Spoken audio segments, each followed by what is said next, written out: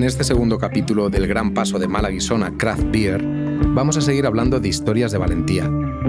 Recuerda que en el primer capítulo hemos hablado con artistas que se atrevieron a romper con lo establecido.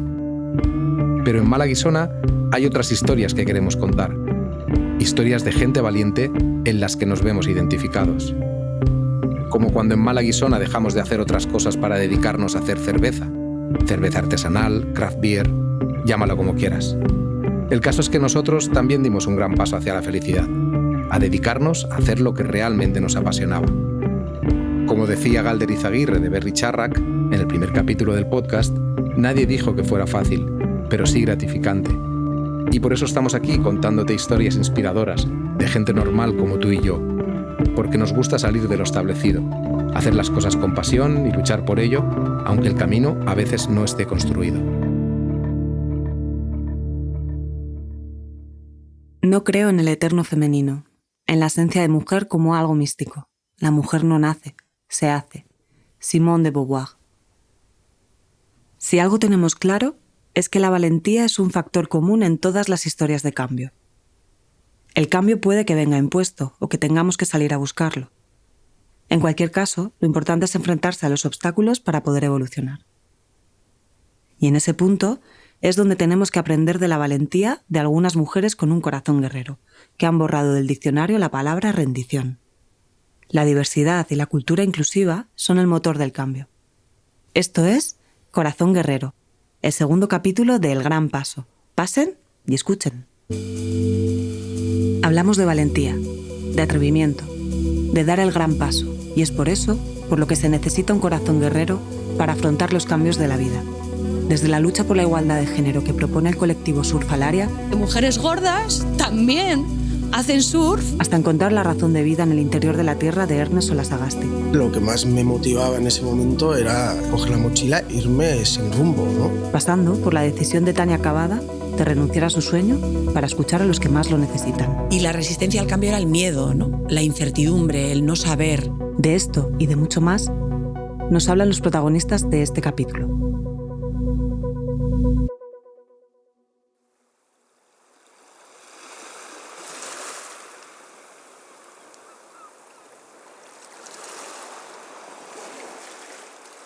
Juntos nos hacemos más fuertes buscando a nuestros iguales, y esa lucha por conseguir la igualdad desde la mar es el punto de partida de Emakume Surflariak, un colectivo de surf comprometido con la lucha de género desde la mujer.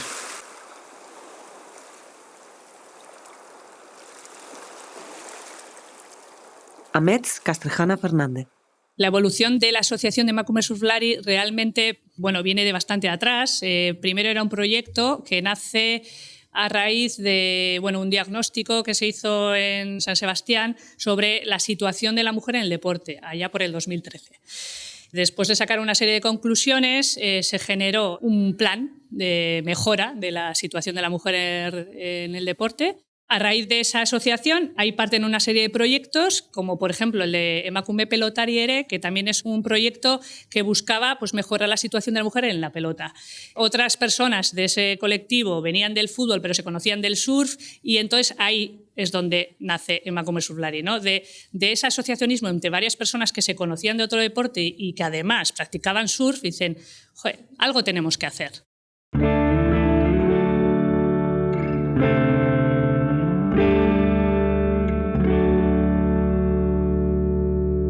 Tratamos de ofrecer acceso a una diversidad amplia de mujeres al surf, pero no solo por el hecho de hacer surf, sino porque creemos que además es una actividad que haces con el cuerpo y que te permite coger una concienciación de tu cuerpo. Al final creemos que es una manera de empoderarse en un ámbito además que no es el habitual, ¿no? De donde las mujeres han estado presentes, aunque ahora es verdad que cada vez aumenta, ¿no? El número. Atreverse es cambiar los estereotipos, romper con lo establecido por la sociedad y luchar por los derechos de la mujer desde el surf es un claro ejemplo de ello. Ana Churruca Echezarreta. También con la necesidad de romper con los estereotipos que se estaban dando con las pocas mujeres que son visibles en el surf, ¿no? Parece que hay un perfil de mujer surfista, ¿no? Y si hablo de mujer surfista, seguramente La imagen que nos aparece la mayoría de la gente es una mujer joven, rubia, pelo largo, delgada, ágil, ¿no? Es difícil identificarte con ese estereotipo. Es que los estereotipos además funcionan así, no son reales, ¿no? Pues rompiendo todo eso, imaginaos yo, una tía de más de 30 años, no he tenido mucho interés por la actividad física. ¿Cómo me iba a imaginar yo cogiendo una tabla y metiéndome al mar a hacer surf, ¿no? Era para mí inviable, imposible. Macume Surflari me dio eso, darme la posibilidad de verme haciendo surf, algo que no hubiera pensado nunca. Y para mí eso es la bomba.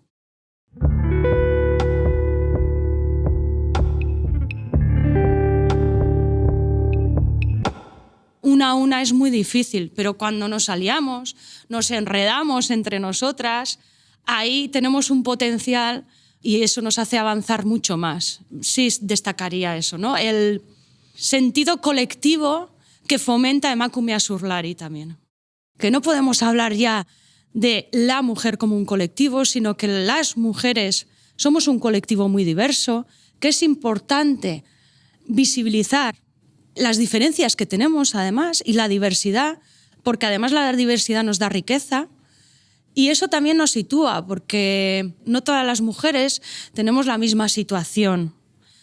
Y en el surf lo vemos clarísimamente. ¿Cuántas mujeres migrantes están haciendo surf? Y lo vemos, y eso lo hemos trabajado también en Emakume Surflari, ¿no? Que todavía hoy pues somos un perfil muy concreto las que hacemos surf.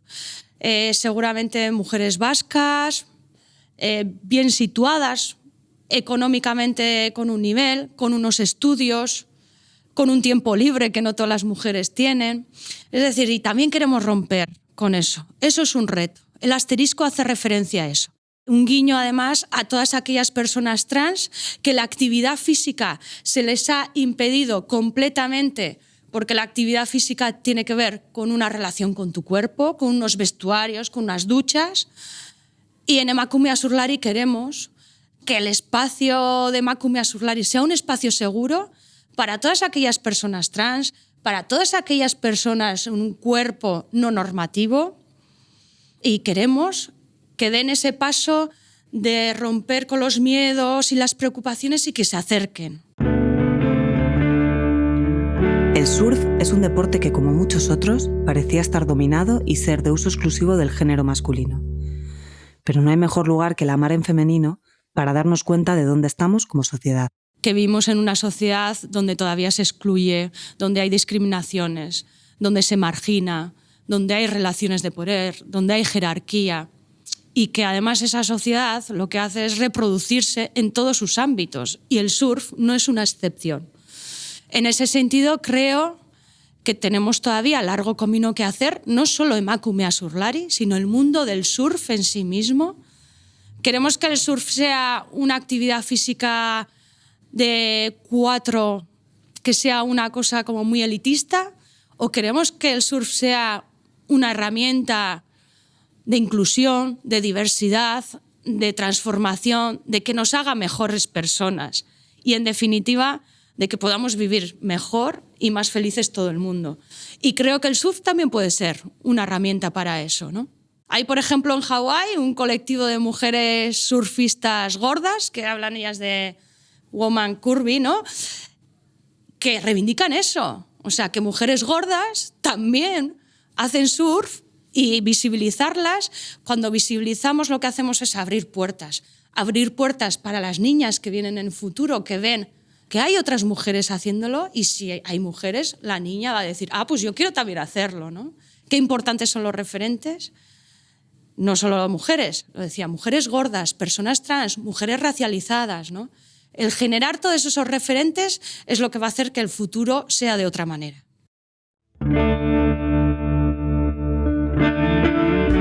De la cima de una industria publicitaria de auténtico vértigo al mundo de las terapias, del mundo Mad Men, donde escuchar para vender, a escuchar para ayudar. Un sutil cambio desde la generosidad y el buen hacer, de la publicidad a la psicología.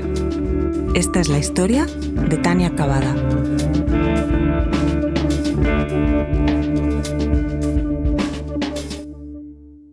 Profesionalmente me he dedicado los últimos 17 años al marketing y a la publicidad. Yo había estudiado primero traducción e interpretación, quería ser traductora de literatura y cuando estaba en la carrera me di cuenta que no iba a poder traducir libros, que los libros los traducen los escritores. Entonces decidí estudiar publicidad y la publicidad me llevó a pasar por agencias, startups, proyectos muy bonitos y muy enriquecedores profesionalmente. Al principio, ¿no? Hace como 11, 12 años, mis primeros puestos de responsabilidad, el 50 al 60% de mi tiempo era gestionar personas y no tenía ni idea de cómo hacerlo. Y me tuve que enfrentar a situaciones bastante difíciles, situaciones traumáticas, ¿no? Despidos, gestión de conflictos, situaciones muy difíciles, sobre todo porque no tenía las herramientas. Y aquí empezó como la chispa de todo, ¿no? Y empecé a formarme en temas relacionados con liderazgo, gestión de equipos, gestión del cambio. Y en paralelo tuve una ruptura sentimental que me dejó bastante tocada y inicié un proceso terapéutico. En mi faceta, ¿no? En multinacionales, por decirlo de una manera, me especialicé en gestión de cambio. Llevé transformaciones digitales en compañías y hubo un momento en mi vida en el que me di cuenta que yo tenía mucha resistencia al cambio. Y la resistencia al cambio era el miedo, ¿no? La incertidumbre, el no saber. Y los últimos años que he decidido tomar las decisiones que yo quería, a pesar del miedo, las he tomado con miedo.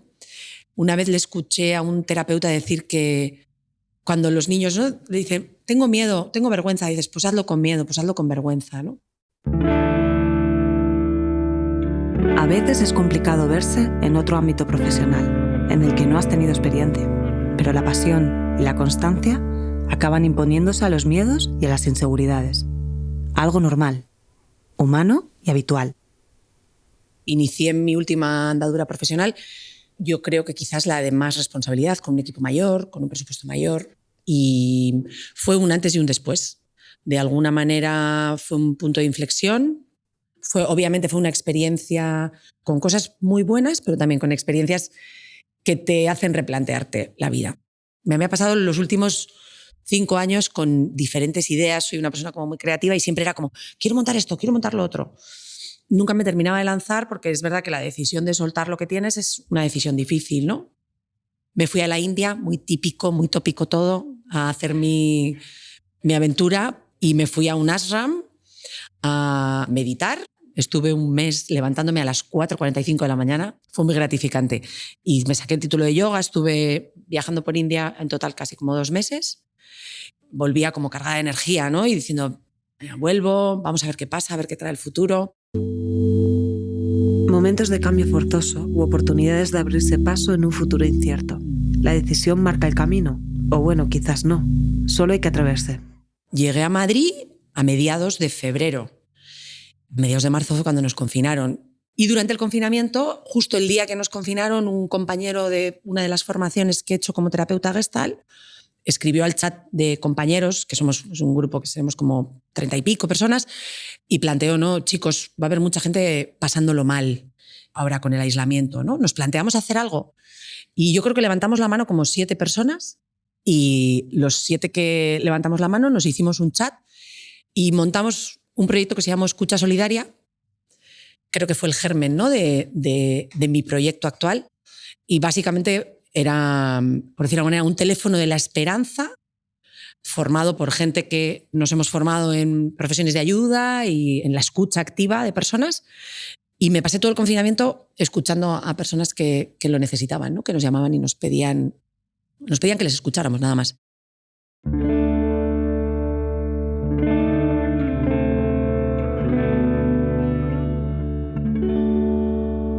Me había formado como terapeuta y, bueno, empezaba ya con pacientes y fue como el punto, yo creo que como de inflexión total. La pandemia, además del despido anterior, ¿no?, en octubre, la pandemia yo creo que a todos nos ha servido para de repente decir, bueno, ¿qué son esas cosas que estoy postergando y que no voy a postergar más? Y para mí fueron 3, en realidad. Una fue adoptar a una perrita que llevaba muchísimo tiempo queriendo adoptarla y no la había adoptado y apareció en mi vida Kira. Otra fue volver a Donosti. Y la tercera fue darle forma, ¿no?, a mi proyecto, al proyecto con el que estoy ahora, con Arnastu, en base a todo lo que había vivido en los últimos 11 años. El surf vuelve a ser el vehículo del cambio, de ayuda y de motivación. La mar que nos acompaña y que nos emociona. Es difícil de explicar, pero no de sentir.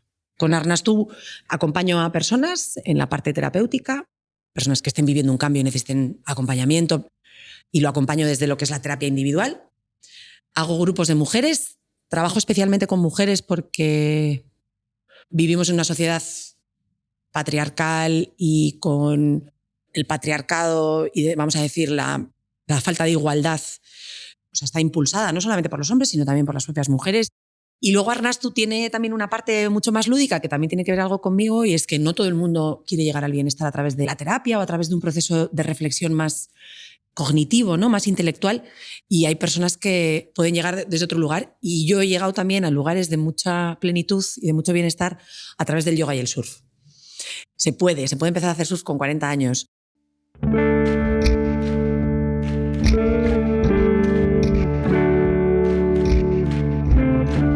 Decía Albert Einstein que solo se encuentran respuestas a nuestras preguntas en la acción del cambio.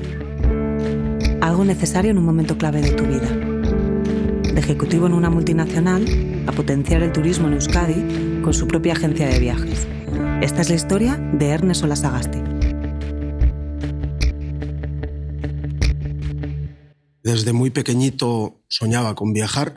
Me equivoqué de carrera, estudié económicas y empecé a trabajar en multinacionales hasta los 28 años aproximadamente, y fue cuando me di cuenta que estaba, me estaba equivocando de camino, ¿no? Dejé mi trabajo, me cogí la mochila y me hice un viaje de casi 2 años. Bueno, me cambió la vida, empecé a guiar para diferentes agencias, a diseñar rutas, y el gran cambio fue, coger la mochila, dejar mi trabajo y darme cuenta que se podía vivir de otra manera, ¿no? En el momento de tomar la decisión, la verdad que fue un proceso natural muy sencillo, ¿no? Yo creo que me estaba equivocando. Entonces partió un poco de la base de darme cuenta que tenía 28 años. También es verdad que falleció mi aita y que fue un golpe de decir, ¿qué estoy haciendo? Entonces el proceso fue bastante fácil. Yo el dejar, dimitir y coger la mochila, la verdad que me dio muy poco vértigo. Yo creo que da más miedo, o a mí me da más miedo, el agarrarme a un clavo ardiendo o estar en una situación en la que no estoy muy contento y no cambiar. En mi caso el proceso fue natural, fue sencillo y fue de adrenalínico. Probablemente lo que más me motivaba en ese momento era coger la mochila e irme sin rumbo, ¿no?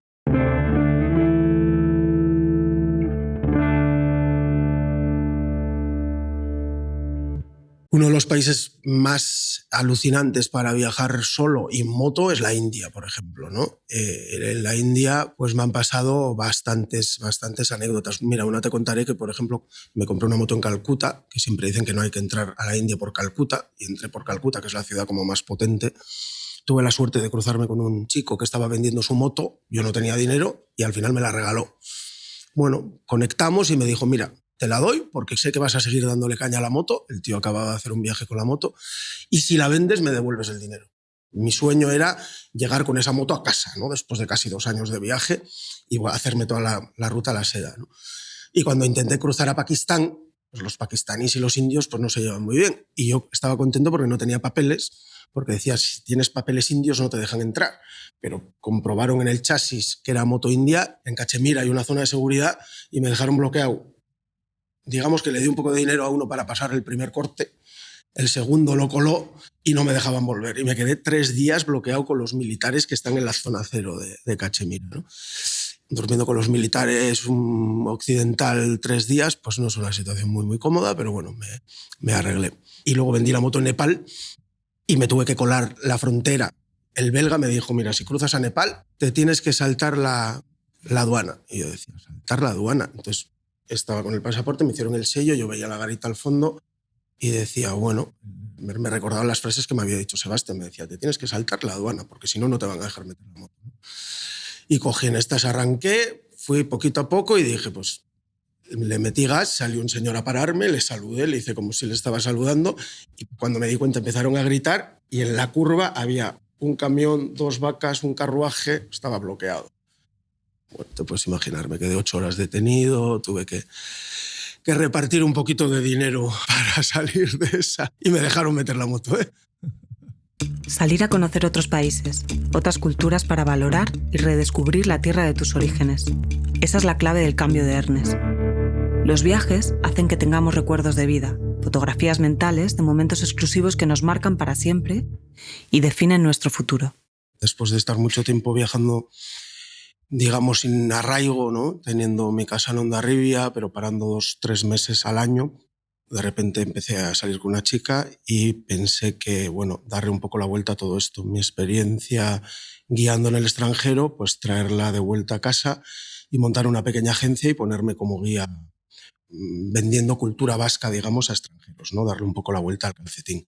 Me daba mucho miedo, pero me di cuenta enseguida que, bueno, primero, que no conocía suficientemente bien mi cultura, creía que era un experto, un pequeño experto en ello, y todavía sigo aprendiendo un montón cada día.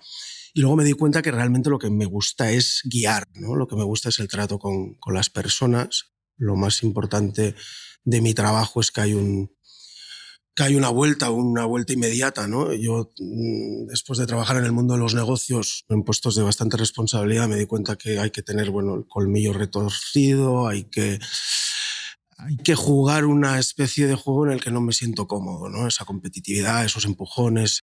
A ver, hemos sido migrantes toda la vida, los arranchales, los balleneros. Yo creo que sí que hay una cultura de viajar que probablemente tiene que ver con el mar, ¿no? Casi todos los pueblos marítimos, ¿no? Han mirado fuera porque han mirado el mar.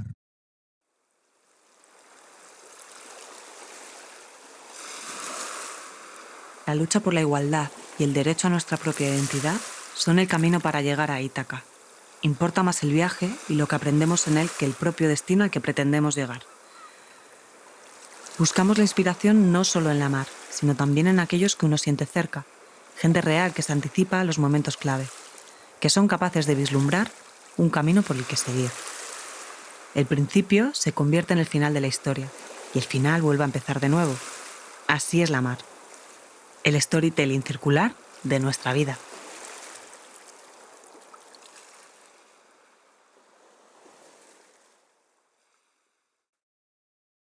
Y la mar será una constante en nuestro podcast, como lo es en Malaguisona, algo que nos define, nos emociona y nos ha dado tanto.